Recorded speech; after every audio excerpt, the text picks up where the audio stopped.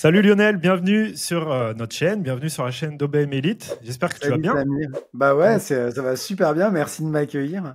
Bah, écoute, avec plaisir. Donc, le principe là de ce genre de vidéo qu'on fait sur cette chaîne, bah, c'est vraiment voilà de discuter du parcours de nos membres, que ce soit des membres d'OBM Ok. Elite ou des membres d'OBM Squad, bah, comprendre un petit peu quel a été leur parcours pour en arriver jusque là, comment voilà ils ont démarré en tant qu'OBM et puis comment ça s'est passé pour eux et puis comment ils envisagent la suite.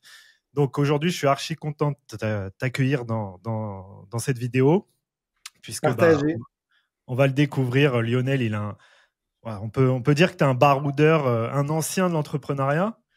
Ouais, et Ouais, pas que, parce que pour le coup, il s'est passé plein de choses encore avant, mais oui, j'ai beaucoup entrepris, effectivement. c'est ça. Et que petit à petit, de fil en aiguille, tout au long, de par ton parcours, tu es arrivé au rôle d'OBM. Ça a bien fonctionné pour toi. Tu as encore plein de belles choses pour la suite à venir. Donc, bah, je te propose qu'on discute de tout ça. Donc, bah, écoute, je te laisse te présenter et puis nous expliquer un petit peu bah, ton parcours jusqu'au jour où tu as découvert le rôle d'OBM. Eh ben, écoute, avec plaisir. Alors, moi, à la base, il y avait rien du tout qui me destinait à l'entrepreneuriat. Moi, tu vois, je fais partie d'une génération, parce que moi, tu vois, on va dire, je suis un peu je dirais pas que je suis un boomer, mais j'ai quand même une cinquantaine d'années. Ah oui, ah, tu vois, je Ben ouais, n'avais jamais demandé ton âge, mais j'aurais pas dit 50. bah je vais avoir 51 ans là. Donc, tu vois, j'ai connu, on va dire, je me suis lancé à un moment. J'ai commencé ma vie professionnelle à une époque où entreprendre c'était difficile. Tu Ouais, vois, il n'y avait pas ouais, tous les ça n'avait rien à réseaux, voir. etc. Moi, j'ai pas fait particulièrement d'études poussées. Tu vois, j'ai des diplômes très basiques et je me suis vraiment retrouvé un petit peu dans la vie professionnelle un petit peu sans savoir vraiment ni ce que j'allais faire, ni ce qui était possible pour moi de faire, etc. Et puis paradoxalement, en fait, mais aussi parce que j'étais quelqu'un d'assez tenace, je me suis retrouvé à très vite en fait dans les entreprises dans lesquelles j'ai travaillé, gravir les échelons, occuper des postes à responsabilité. Donc j'ai beaucoup travaillé dans le secteur de la librairie notamment. J'ai été directeur de plusieurs librairies en France, des très grosses librairies, hein, avec plus de 50 personnes dans chaque librairie. J'ai même été directeur général d'un groupe de librairies en Ok. Bourgogne-Franche-Comté. Ah, Donc c'est ma quelque région chose. natale, Bourgogne. Ouais. Ouais, j'étais tu vois, à Dijon, Ah, Dijon-Besançon, tu vois. ouais, Auxerre, un peu plus haut. Ah, je connais bien Auxerre. Et tu vois, ça a été une période qui était vraiment cool.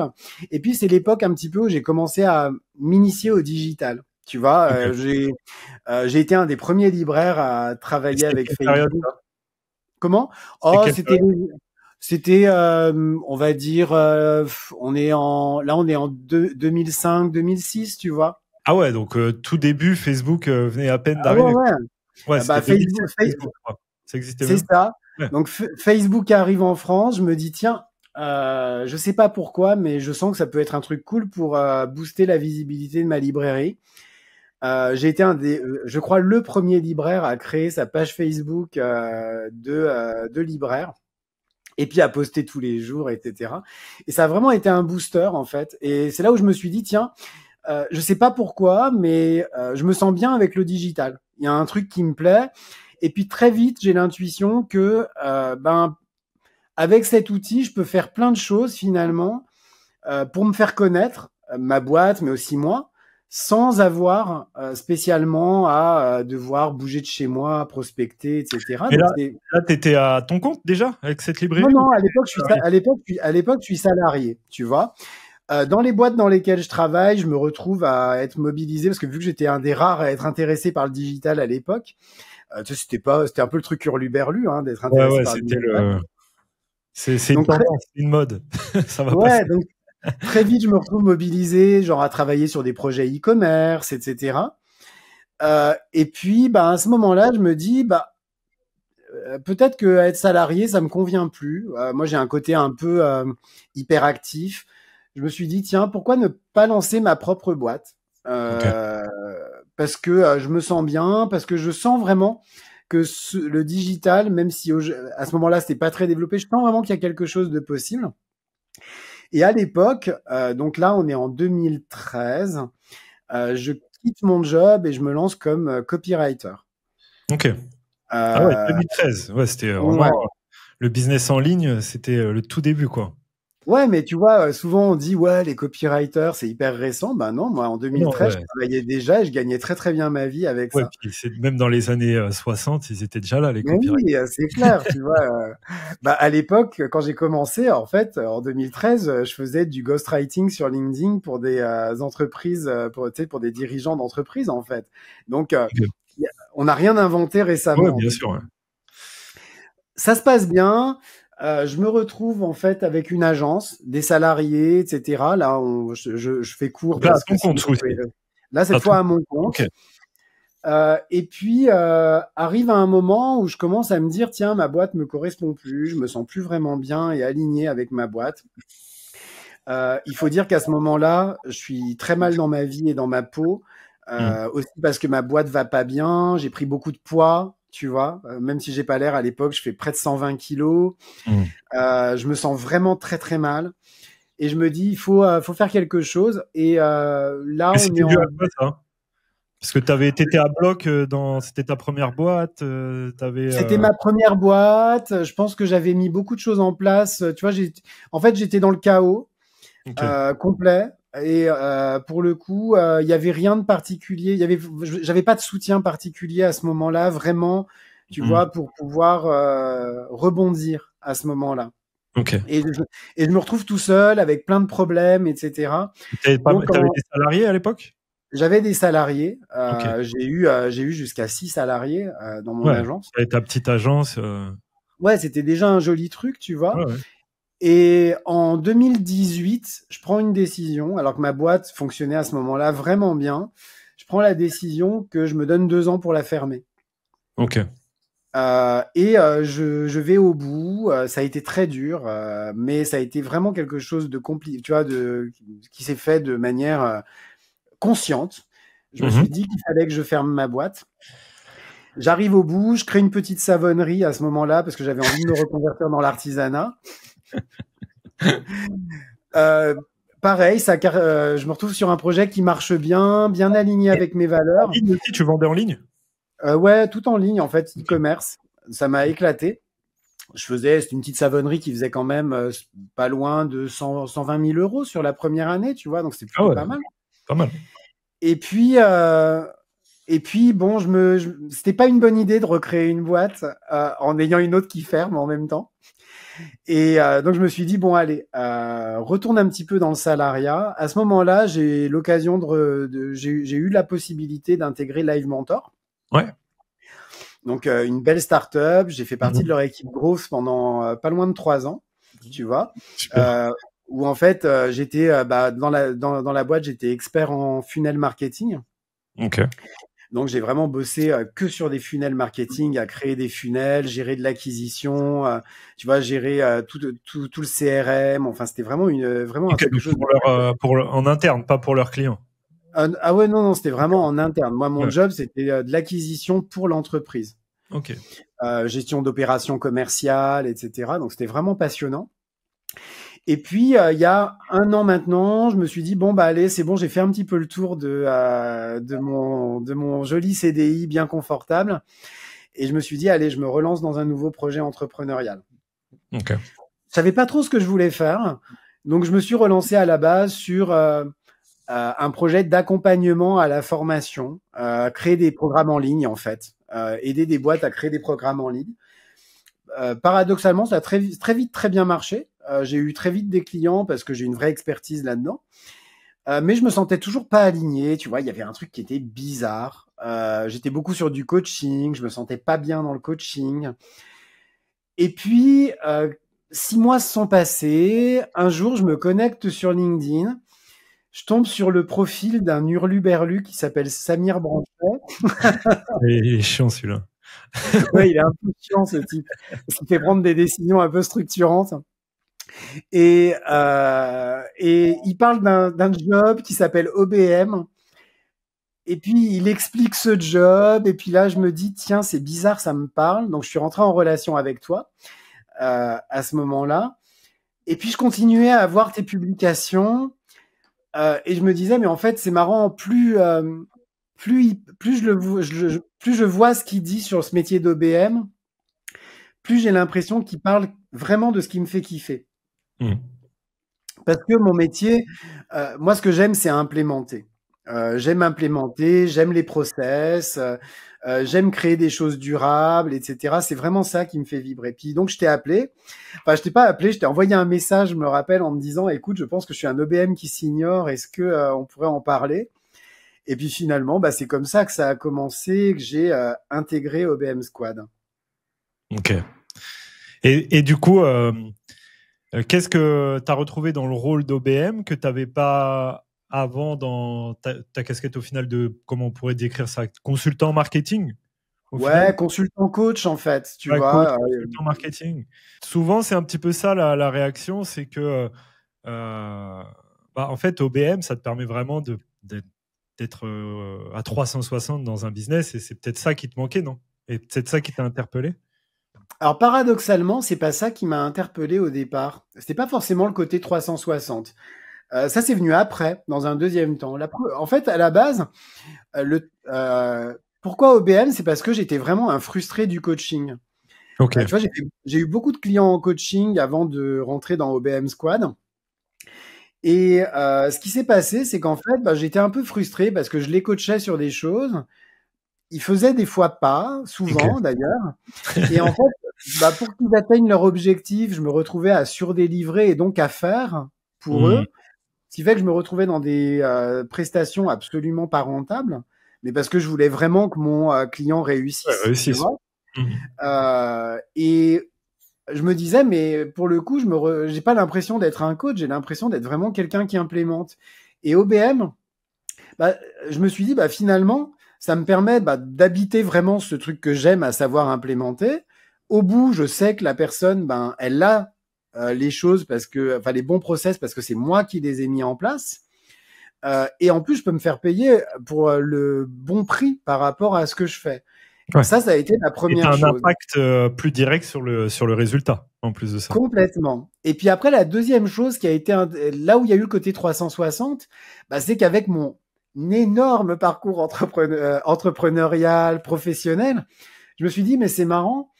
Tu sais, avant, j'étais souvent obligé de dire, tiens, tu vois, telle compétence, je sais pas vraiment si elle fit avec le métier que je fais, tu vois. Et là, d'un seul coup, j'habitais un rôle en tant qu'OBM où tout ce que j'avais fait, y compris, tu vois, mes expériences de manager, tu vois, tout faisait sens, en fait, d'un seul coup dans ce métier. C'est-à-dire que tout mon vécu professionnel, d'un seul coup, pouvait être utile dans ce rôle d'OBM, simplement parce qu'à un moment, je le mettais au service d'entrepreneurs qui, pour le coup, n'avaient pas ces ressources-là. Yes. C'est souvent ça, en fait, les profils qui sont intéressés par le rôle d'OBM. Déjà, à la base, ils sont intéressés par le business, mais par contre, ils sont souvent plus intéressés par les coulisses d'un business, comme tu dis, d'implémenter, de ce qui se passe derrière, de faire tourner la machine, plutôt que d'être, on va dire, la tête d'affiche ou la personne, tu vois, sur le devant de la scène. Et tu vois, si tu as été directeur général, si tu es quelqu'un du terrain, en fait, et sans doute, c'est ce terrain-là qui te manquait. C'est d'être dans l'arène, quoi. Et puis je me suis rendu compte aussi que j'aimais bien être le bras droit, justement. Alors j'aime bien être à la tête de ma propre entreprise. L'un n'empêche pas l'autre. Mais tu vois, j'aime bien ce côté. Finalement, le bras droit, c'est bien. Tu vois, quand je suis le bras droit de quelqu'un, j'aime bien ce rôle où je brille pas nécessairement. Mais par contre, tu l'aides à briller. Ouais, je l'aide à briller. Je mets vraiment tout ce que je sais au service de la personne. Et ça, je trouve ça hyper intéressant parce que, au final, tu vois, finalement, quand quelqu'un fait appel à moi, c'est comme s'il mettait à son service 30 ans d'expérience, tu vois. Bah oui, carrément. Et ça, c'est quelque chose d'hyper rare, d'hyper précieux pour un entrepreneur. Tu vois, je travaille, par exemple, en ce moment, pour une entrepreneur qui est toute jeune. et qui me dit souvent, ben, je pensais même pas qu'à un moment j'aurais pu pouvoir m'offrir en fait une expérience comme la tienne. Ouais. Et en Tu plus de vois? ça, par rapport à un coach, bah, toi, tu es là au quotidien dans la machine et t'es pas simplement en train de faire. Tu fais et comment dire que Exactement, qui sait que dit ce qu'il cherche, quoi. Donc toi, tu es celui qui fait, exactement. quoi. Ça marche. Donc ça, voilà, c'est le parcours pour jusqu'à la révélation. Ok, le OBM, ça coche toutes les cases. C'est enfin, je mets un mot sur bah, ce que je veux faire, ce que je fais, et ce qui va me permettre de mettre à profit bah, toutes mes compétences, toute mon expérience. Et après, du coup, comment ça s'est passé un peu cette transition-là par rapport à ce que tu faisais avant comment ça a démarré pour toi en tant qu'OBM? Bon, après, alors là-dessus, je suis un peu atypique. Moi, j'ai C'est ça qui est vraiment, intéressant, justement. en fait, pour le coup, le jour où je me suis dit, bon, allez, j'assume ce rôle, je suis OBM. Du jour au lendemain, j'ai déposé mon cerveau de coach et j'ai repris un cerveau d'OBM. Déjà, la première chose que je me suis dit, c'est j'avais besoin de me dire que j'étais capable déjà de vendre une prestation d'OBM. Ok. Et pour le coup, dès que je suis rentré dans le squad, je me suis donné 48 heures pour vendre ma première prestation d'OBM. Je Tu crois sais, que je me c'est suis toi fait qui as le record maintenant, non? Je sais ah ouais, plus. ah bah, oui, oui, Ouais. là j'ai le record absolu, puisque pour le coup, en fait, je me suis dit, bah, ok, pour moi, la validation, c'est d'arriver à vendre une prestation d'EBM en moins de 48 heures. À la sortie, ça a été cool, puisque j'ai vendu ma première prestation d'EBM en un peu plus de 24 heures, tu vois. Mais je me suis vraiment battu pour ça, et donc je me suis dit, c'est bon, j'ai fait le bon choix parce que en fait tout était hyper fluide en fait. Donc Mhm. ça a été vraiment cool. Ça a été la première chose. Mais Après, ce qui a fluide dans été quoi? Dans le discours, dans la, du coup, cette posture que tu avais avec les clients, c'était quoi? ouais, Dans la en fait connexion avec les d'un clients? seul coup, je me sentais bien. Tu vois, tout était aligné. En fait, c'était assez marrant, mais avant, je me sentais pas aligné en tant que coach. Et là, d'un seul coup, je me suis dit, mais en fait, je me sens super bien. Tu vois, dans le discours de Ouais. vente, dans ma légitimité, même si je comprenais pas encore vraiment bien tous les tenants et les aboutissants du rôle d'OBM, Oui, tu tu vois. savais que tu avais le contrôle derrière et que c'est toi qui allais trouver les solutions et ça, Je, tu savais que ça allait le Ouais, faire. en fait, c'est marrant, mais je me sentais d'un coup super à l'aise. Je sais pas si, comme Mhm. si, tu sais, je venais d'enfiler des vêtements dans lesquels je me sentais trop bien, tu vois. Donc ça a été vraiment le truc cool. Après, moi, ce que j'ai vraiment beaucoup apprécié, euh, c'est le fait de rejoindre une communauté. Mhm. Le fait d'arriver dans le squad, mais de pas être tout seul, de rejoindre d'autres personnes ça a vraiment été quelque chose qui m'a aidé à faire cette transition vers ce rôle d'OBM. Parce que ben, faire ce choix d'un seul coup de changer de métier, ça m'a nécessité de mettre en place énormément de choses très rapidement. Tu vois, bah, d'un seul coup, tu vois, fallait refaire mes propals, Mhm. me réhabituer à une nouvelle offre, Le comprendre pitch, aussi le ouais. process, tu vois, plein de choses. Mais ta force Et ça, aussi à toi, c'est que tu exécutes très vite. Et c'est pour ça aussi que c'est parce que en fait, je ne ressens aucun syndrome de l'imposteur ou c'est quelque chose que je ne connais pas. bon, tu nous donneras le secret là-dessus. Il y en a pas mal qui ça pourrait intéresser, je pense. Ah ben, si tu veux, on pourra en parler. C'est vrai que c'est vraiment le truc. On fera une masterclass dans le squad sur le sujet. Je sais pas ce que c'est, en fait. J'en parle souvent, pourtant, et je ne sais pas ce que c'est. Et, euh, et en fait, très vite, je me suis dit, bah, ce qui était très sécurisant, c'est que j'avais déjà beaucoup de contenu dans le squad. Donc ça, Mhm. c'était top. En gros, je me suis dit, tiens, j'ai qu'à aller chercher dans les ressources et j'avais plein de choses, en fait, pour m'aider. Et puis, très vite, je me suis rendu compte qu'il y avait déjà des gens qui étaient là, qui étaient hyper actifs dans la communauté et qui pouvaient partager leur expérience. Donc, c'est vrai que j'ai très vite interagi avec les autres et très clairement, tu vois, la mise en place de mon rôle d'OBM m'a pris en soi à peu près quand même un mois Mhm. pour vraiment faire ma transition complète, même si j'avais closé assez vite en fait une première prestation. Mais je pense que j'aurais mis beaucoup plus de temps sans cet apport communautaire et cet apport de contenu. Ok. Et Tu c'était vois. la première fois que tu rejoignais une communauté comme ça dans l'entrepreneuriat ou tu avais déjà eu. Alors j'avais déjà suivi des accompagnements. mais plus des accompagnements un peu one-one, tu vois. Ok. Et là, c'était vraiment la première fois que je rentrais dans un accompagnement avec une communauté. J'avais un peu d'appréhension, mais en même temps, c'était quand même ce que je recherchais. Mhm. Et clairement, je pense que c'est là où j'ai fait le bon choix, tu vois, parce que Puis en déjà, plus, j'ai noué des vrais. puis t'es devenu la star de la communauté aussi, une des stars de Bon, la communauté. peut-être, mais alors ça, je ne sais pas. Mais en tout cas, Tu te j'ai dis. surtout noué des vraies relations avec les gens. Tu vois, il y a des et ça a été quelque chose que j'ai vraiment apprécié. J'ai rencontré des gens où je me suis dit, non seulement ils font le même métier que moi, mais c'est des gens qui sont vachement intéressants, Mhm. tu vois, qui ont des compétences que j'ai pas, des expertises que j'ai pas. Parce que ce qui est cool avec OBM, c'est qu'on peut vraiment Ouais. choisir un petit peu l'expertise dans laquelle on se sent bien, tu Mhm. vois. Et je me suis retrouvé avec des gens, par exemple, qui m'ont mais vraiment inspiré, tu vois. Tu vois, par exemple, je te parlerai d'une personne qui est Christelle. Ouais. Euh, J'adore Christelle parce que Christelle, moi, elle m'inspire quand elle parle de management, tu vois, d'équipe. C'est vraiment quelqu'un que je trouve, elle a une approche hyper profonde, hyper fine des choses. C'est incroyable, j'adore discuter avec elle. Mais il n'y Bah a pas super. qu'elle, hein, il y en a plein. Je Ouais. pourrais parler de Marine, tu vois, de plein d'autres. Fouzia. Bah, ils apprécieront la petite dédicace. Et donc ça, ouais, ça a été assez rapide pour toi, ça a tout de suite démarré. Et bah, là où aussi où ton parcours il est intéressant, c'est que bon, tu tiens jamais en place et que Ouais. très vite ça a décollé et puis tu t'es pas contenté de ça, t'as tout de suite voulu bah, aller plus loin. Et donc ça a été quoi les étapes d'après là, pour juste avant d'en arriver là où t'en es aujourd'hui? Alors c'est clair que de toute façon, oui, le business d'OBM a très vite décollé. En fait, je m'attendais pas du tout à ça, mais je me suis vraiment senti très bien, ce qui fait que pour le coup, j'ai vraiment construit très vite un bon process aussi de prospection, etc. Donc j'ai très vite eu plusieurs clients. Et je me suis dit, Ok. bah T'as eu combien de clients rapidement? là, à date, je dois en être à une douzaine. Ok. Ok, Euh, donc plus et sur du court moyen terme, du coup, où tu en as Alors, quelques-uns que tu as gardés sur le long moi terme. aujourd'hui, alors je suis pas vraiment un grand expert des prestations très longues. Ok, Moi, ce que j'aime en fait, c'est vraiment les prestations courtes. ouais, Tu vois, mettre la machine et ensuite.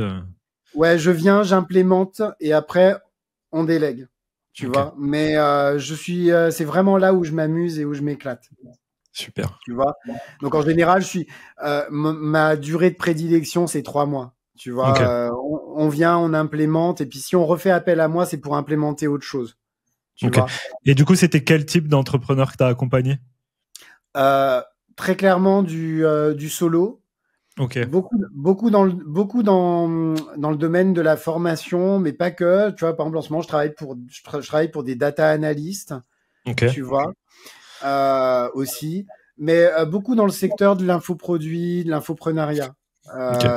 Donc des C'est personnes qui ont déjà atteint un certain stade solo et qui justement ont besoin de tout ce que tu peux leur mettre en place pour Ouais, pérenniser, c'est des structurer. personnes qui sont entre 30 et 80 k à peu près annuels aujourd'hui. Ok, Et c'est des personnes qui veulent passer un cap des 100K. C'est souvent des personnes qui, pour le moment, ont pas, tu vois, délèguent pas forcément d'équipe, ok. mais qui se posent des questions. Et moi, j'arrive à ce moment-là pour justement poser les bonnes conditions pour que derrière ces personnes puissent grossir. Tu vois, par exemple, en Yes. ce moment, je travaille avec là, je démarre une prestation avec une personne qui vend de l'accompagnement pour des entrepreneurs qui veulent aller sur le marché américain. Ok. Euh, et très clairement, l'objectif, c'est ça, c'est de poser en fait les bases pour que derrière, cette personne puisse scaler et pouvoir le plus rapidement possible déléguer en fait à une équipe. Ouais, ça fait sens parce que toi, tu as une expertise sur l'acquisition. Donc, tu viens aussi à ce stade où l'entrepreneur, il a un concept, une offre qui est validée, mais il est encore dans cette phase où il essaye de trouver le bon système d'acquisition pour pérenniser un peu bah, la signature de nouveaux clients. Et donc, toi, vu ton parcours et ton background, tu arrives aussi à les accompagner sur cette partie-là. et en plus de ça, leur mettre derrière la structure pour que tout ça soit systématisé un maximum et que surtout ça soit ça encaisse la charge si derrière tu commences à avoir de plus en plus de clients et de plus en plus de volume, quoi. Exactement. Et puis moi, j'ai vraiment ce côté compétiteur, hein. C'est pour ça que d'ailleurs Ouais. mon accompagnement actuel s'appelle Sportpreneur. On va en parler. J'ai un vrai côté compétiteur. Et pour le coup, tu le sais comme moi parce que toi-même tu fais du running. Pour progresser, c'est pas forcément dans la motivation qu'on va trouver des ressources. C'est vraiment dans la discipline, dans le fait de mettre en place des routines, des process, etc. Et moi, c'est vraiment ça que j'amène en fait. Tu vas donner aux gens les bonnes habitudes, parce qu'une fois qu'ils ont ces bonnes habitudes, derrière tu déroules en fait. Souvent, c'est l'exécution. Le plafond qui t'empêche de faire croître ta boîte, c'est souvent toutes les mauvaises habitudes que t'as pris pour arriver quand même à la faire fonctionner. Ouais, carrément. C'est assez paradoxal en fait. Ouais. Oui, pour passer un cap, ce qui te va te permettre de passer le cap, c'est pas ce qui te permet d'arriver là où t'en es aujourd'hui. Ouais. Exactement. Souvent, tu as dû faire un petit peu n'importe quoi pour en arriver là.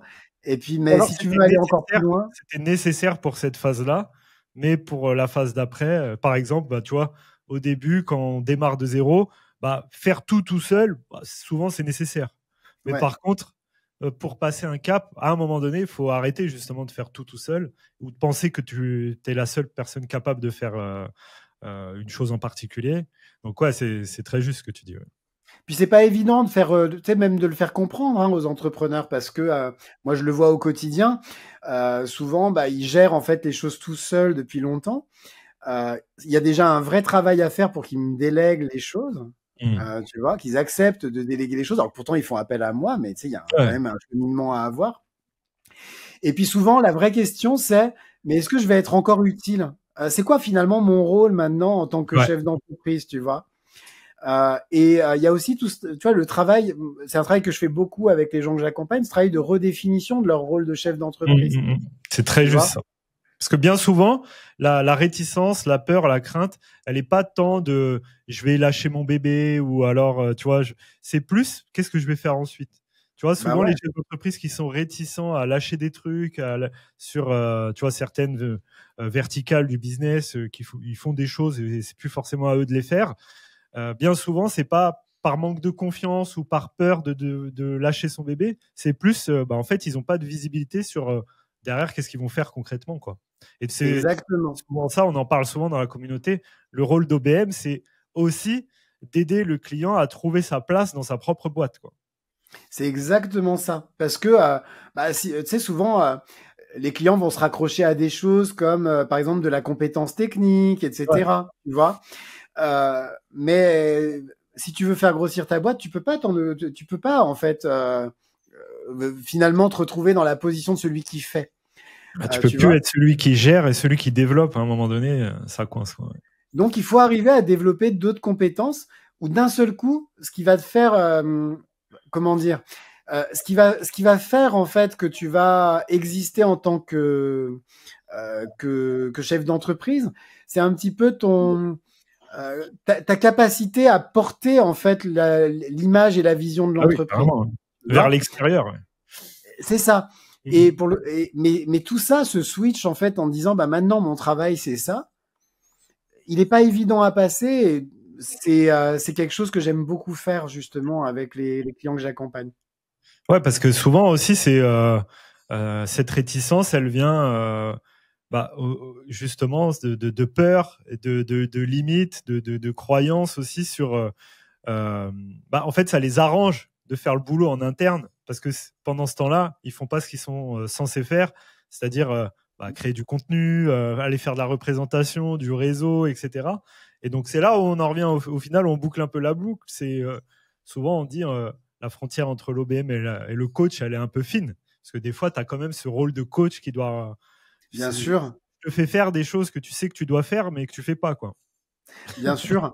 Mais tu sais, c'est un peu comme les managers, en fait. Tu sais, quand tu deviens manager, t'as tendance, moi je l'ai vécu à l'époque, quand j'ai eu mon premier poste de management, tu sais, t'as tendance à te dire, tu sais, comment je me positionne vis-à-vis de mon équipe, t'as tendance à vouloir être un petit peu le collaborateur plus, tu vois. Ouais.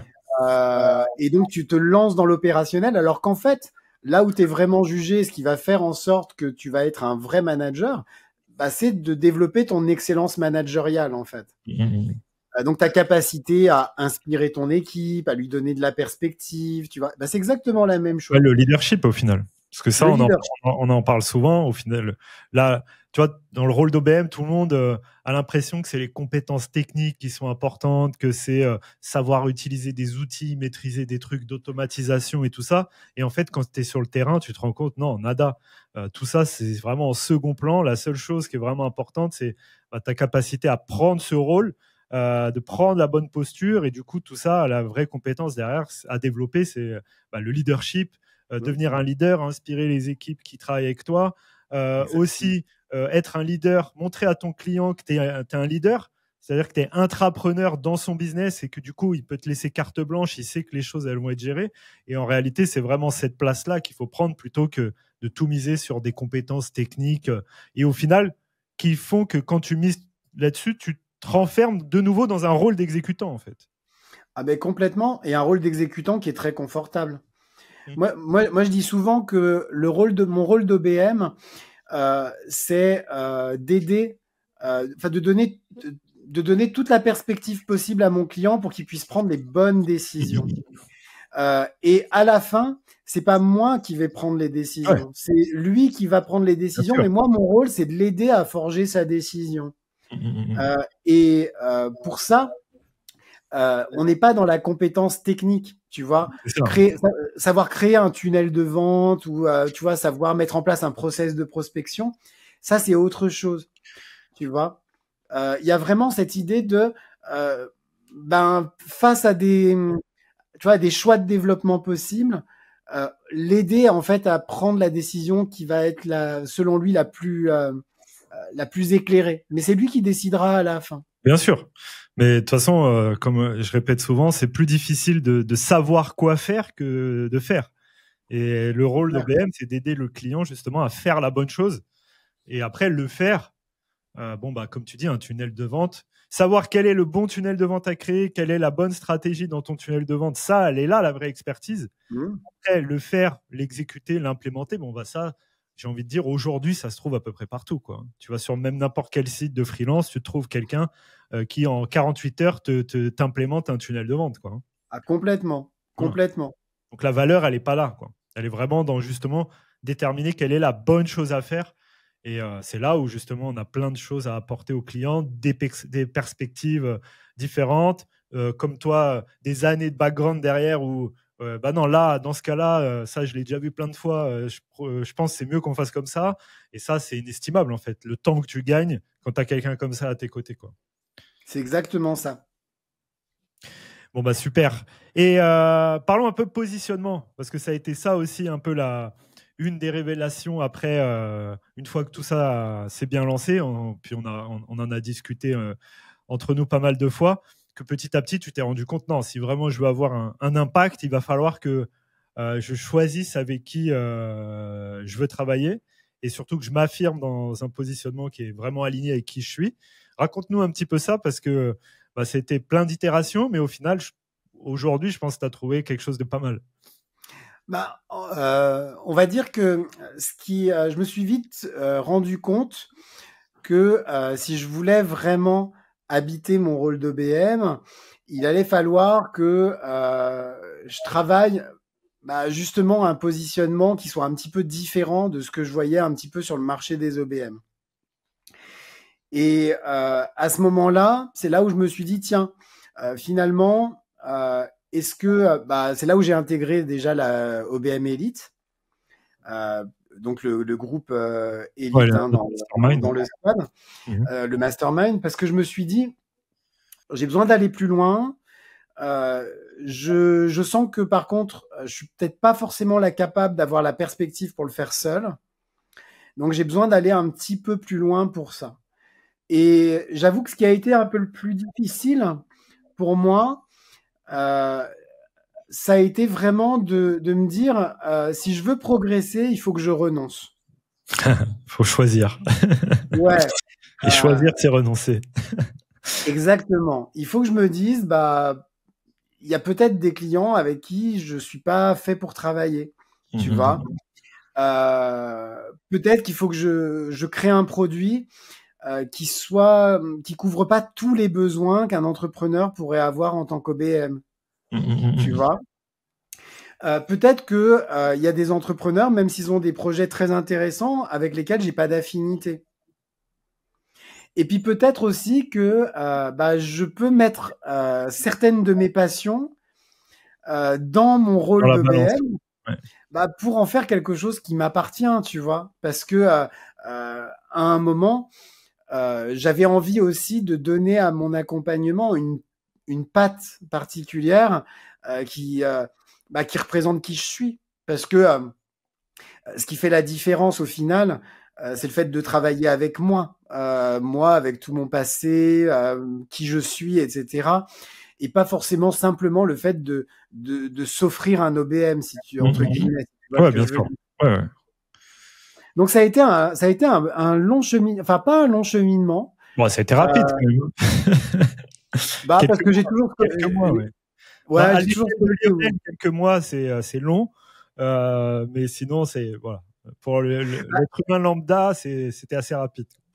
on va dire que j'ai quand même toujours ce côté où j'implémente rapidement. Ouais. Et ça a été. En fait, je suis un bon soldat quand même. Tu vois, j'ai ce côté bon soldat C'est ça où, qui fonctionne. même si, en fait, il y a quand on a eu nos premiers échanges, quand on a commencé à créer ensemble mon offre actuelle, parce que tu y as beaucoup contribué, il y avait plein de choses que tu me disais où j'étais pas forcément d'accord. Et en même temps, je me suis dit, c'est pas grave, fais ce qu'il te dit. Tu vois, s'il le pense, toi, t'as pas la vision, t'es dans ton business, t'as la tête dans le guidon. Donc, tu sais d'expérience que quand t'as la tête dans le guidon, t'es pas capable de prendre une décision éclairée. Ouais, tu vois pas Donc, tout, quoi. mais c'est ça. Donc, fais confiance. Et en fait, vraiment, je t'ai fait confiance du début jusqu'à la fin. Donc, depuis le mois de mai, hein, en gros, je t'ai vraiment fait confiance du début jusqu'à la fin. Et je me suis dit, allez, je me laisse porter. Tu vois. Et ça a été super parce que, bah, au final, euh, ça m'a vraiment permis de très très rapidement trouver un positionnement vraiment intéressant. Tu vois, déjà de créer cet accompagnement, c'était pas évident. C'était un projet, tu vois, cette idée de créer un accompagnement, c'était quelque chose, mais un vrai produit d'accompagnement, c'est quelque chose dont je rêve depuis déjà plusieurs années. Hein. C'était vraiment pas quelque chose de récent. Ça faisait plusieurs années que je me disais, mais j'ai vraiment envie de créer un vrai produit. Et j'avais jamais vraiment franchi le pas. Et là, ce qui est génial, c'est qu'en fait, en quelques semaines, j'ai réussi à créer avec toi un produit qui m'allait bien, dans lequel je me sentais bien, qui correspondait à mes valeurs, au mode de vie que j'avais envie d'avoir, euh, qui fitait aussi avec ma manière de travailler, de prospecter, de communiquer. Bref, c'était vraiment top. Et je me suis senti très vite très bien, tu vois. Ce qui fait que très vite, pour le coup, bah, là aussi, je me suis retrouvé à très facilement pouvoir aller prospecter. Moi, je suis un peu un dingue de prospection, donc pour moi, en fait, il faut savoir de toute façon. En fait, moi, je valide mes concepts en Les allant idées, ouais. prospecter les Ouais. concepts, tu vois. Et très vite, je me suis retrouvé à être très à l'aise à vendre ce que j'avais à vendre, tu vois. Ce qui m'a permis, en fait, très vite de pouvoir générer du chiffre d'affaires. Et ça, c'était pour moi quelque chose d'important. Ouais, pour Parce valider, que c'est mieux.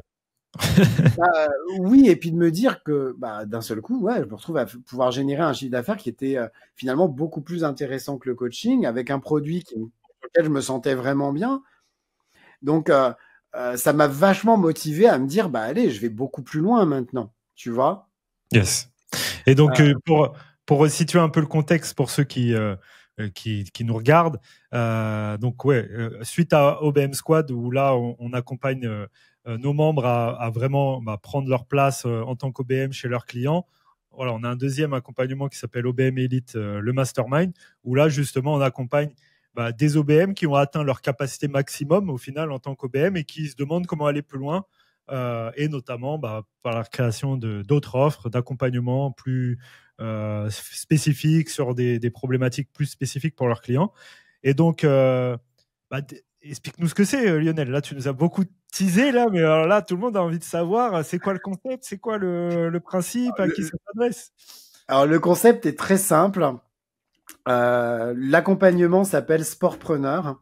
Alors, c'est pas un accompagnement à destination des sportifs, attention. Ouais. C'est un accompagnement à destination des entrepreneurs et qui se reconnaissent dans ces valeurs-là. Ouais.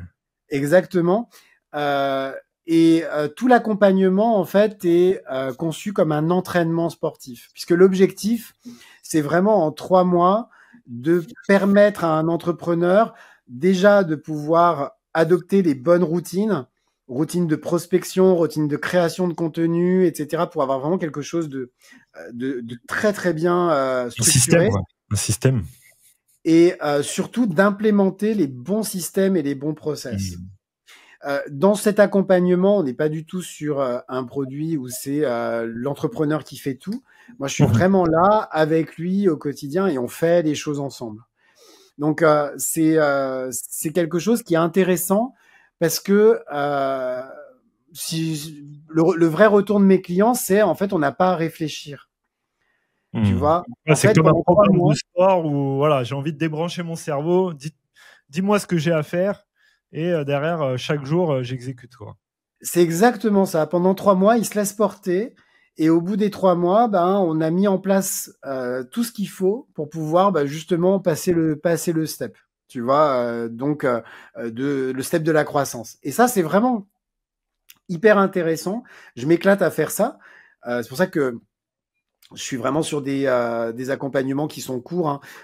Je sais qu'il y a d'autres OBM qui sont beaucoup plus spécialisés sur des accompagnements beaucoup plus longs. Moi, je suis, on va dire, je crois que ma zone de génie, elle est dans le setup, en fait. Ouais. Tu vois, mettre la machine et après. C'est ça. Je traite plutôt bien à ta cible qui a pas forcément une grosse équipe et qui sont souvent encore solo avec quelques freelances autour d'eux et qui veulent être plus ou moins pour l'instant autonomes là-dessus, quoi. Exactement. Moi, ma grande force, c'est ça, c'est mettre en place les choses et puis les aider, en fait, soit à les prendre en charge eux-mêmes, soit à les externaliser sur leur première équipe, tu vois, pour pouvoir commencer à se concentrer sur ce qui est important, à savoir le fait, comme on l'a dit, de vraiment porter l'image de leur boîte uniquement. Ok. Et donc ça, c'était il y a quelques temps et ce qu'on disait juste avant là de démarrer. Donc là, ça cartonne, quoi.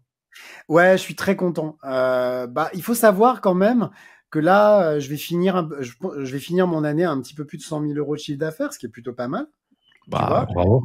Pour ma première année. Première année à 100K. C'est plutôt bien. Perf. Et que très clairement, mon activité d'OBM aujourd'hui, elle pèse quasiment un peu plus de la moitié, tu vois, alors que finalement, c'est un tiers seulement de mon année. Ouais. Donc c'est plutôt quelque chose de bien et de très positif. Et là où je suis très content, au-delà du chiffre d'affaires, c'est que j'ai des retours très positifs en fait des personnes avec lesquelles je travaille aujourd'hui, tu vois. Donc elles se sentent bien, elles s'éclatent dans ce que je leur propose, tu vois. Et elles ont surtout des résultats et ça c'est vraiment cool, tu vois. Puis toi tu t'éclates aussi. Moi, je m'amuse comme un petit fou parce que c'est la première fois finalement où je me retrouve avec un business dans lequel je me dis, en fait, je j'ai pas l'impression d'aller bosser parce que j'ai l'impression d'être en permanence dans ma zone de kiff. Je sais pas si tu vois ce que je veux dire. Le truc, le truc dont tout le monde rêve, tu vois. Le truc, ça fait 30 ans que je cours après et c'est la première fois où je me dis, mais en fait, je me sens pour la première fois en permanence dans ma zone de kiff. Donc là, exactement. Donc là, je suis dans un contexte où ça marche bien. Je suis très content et je touche du bois parce que je développe. Là, je suis justement en train de me structurer moi-même. Donc, je commence à recruter ma première équipe. Tu vois, j'ai recruté les bons conseils que tu donnes, faut te les appliquer. Exactement. Tu vois, ça va, je suis là pour le coup, je l'ai chassé rapidement. Mais là, je suis en train de recruter ma première équipe parce que je me rends compte que je vais pas pouvoir tout faire tout seul. Et c'est une situation qui est plutôt agréable, plutôt kiffante. Tu vois, je travaille avec des personnes qui gèrent de l'administratif. pourquoi pas en fait à terme même recruter un OBM pour moi, tu vois. Et je me dis mais je crois que j'aurais jamais fait ce parcours. Tu sais, si à un moment je t'avais pas envoyé ce message en me demandant si j'étais vraiment OBM ou pas, tu vois. En plus, tu m'as dit une fois, tu nous as dit une fois que jamais, jusqu'à là, il y a pas longtemps, jamais tu t'étais dit jamais je retravaillerai avec une équipe, quoi. Ah bah pour moi c'était quelque chose d'horrible. Hein. J'étais un manager très structurant, tu vois. J'ai eu beaucoup de salariés à gérer. Et là, en fait, le fait de pouvoir reprendre une équipe, alors j'y vais doucement, hein, je suis pas, il y a de la douleur, tu vois, derrière, mais en même temps, j'y vais avec beaucoup de plaisir aussi parce que, bah, en tout cas, je me sens aligné avec mon projet. Ouais, donc tu as envie d'embarquer d'autres personnes dedans et dans... Ouais, tu vois, je te donne l'exemple de mon assistante. C'est quelqu'un qui, tu vois, qui aujourd'hui s'éclate dans le fait de tout simplement, tu vois, m'aider par exemple à structurer de la prospection, ce genre de choses. Et c'est très sympa de voir qu'on est tous les deux en train de s'éclater dans ce projet-là, tu vois.